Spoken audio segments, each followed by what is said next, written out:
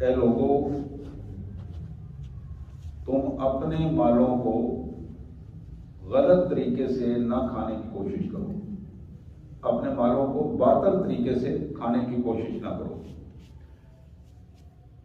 یہی مال حرام طریقوں سے کھانے کے لیے تم لوگوں کو کھینچ کر حکمرانوں کے پاس لے جاتے ہو اور اس میں غلط طریقوں سے کوشش کر کے مال حاصل کرنے کی کوشش کرتے ہو۔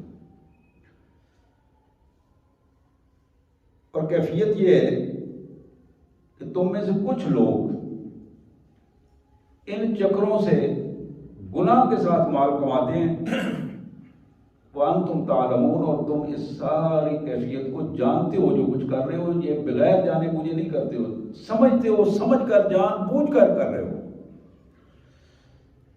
دوسری آیت مبارکہ جس کا مفہوم اس طرح ہے کہ اے ایمان والو، جو کچھ ہم نے تمہیں رزق عطا کیا ہے اس میں پاکیزہ رزق کھانے کی کوشش کرو، تلاش کرو پاکیزہ رزق کو اور اسے استعمال کرو۔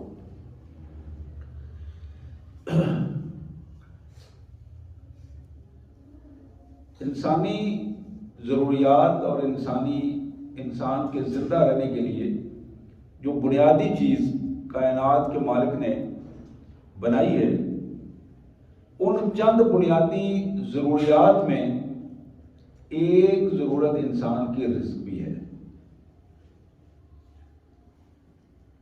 رزق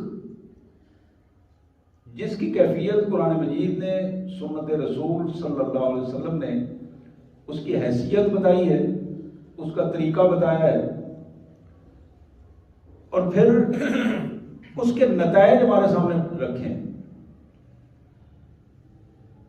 کون سا رزق کس انداز میں رزق بنتا ہے اور کون سا رزق جو بظاہر تو رزق ہوتا ہے لیکن وہ حرام بن جاتا ہے، اپنی حلال اور طیب کیفیت کو ختم کر دیتا ہے۔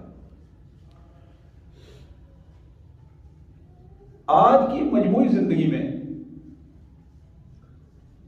جہاں دجالیت نے انسانوں کے ذہنوں کو مکمل طور پر اس طرف مولڈ کر دیا ہے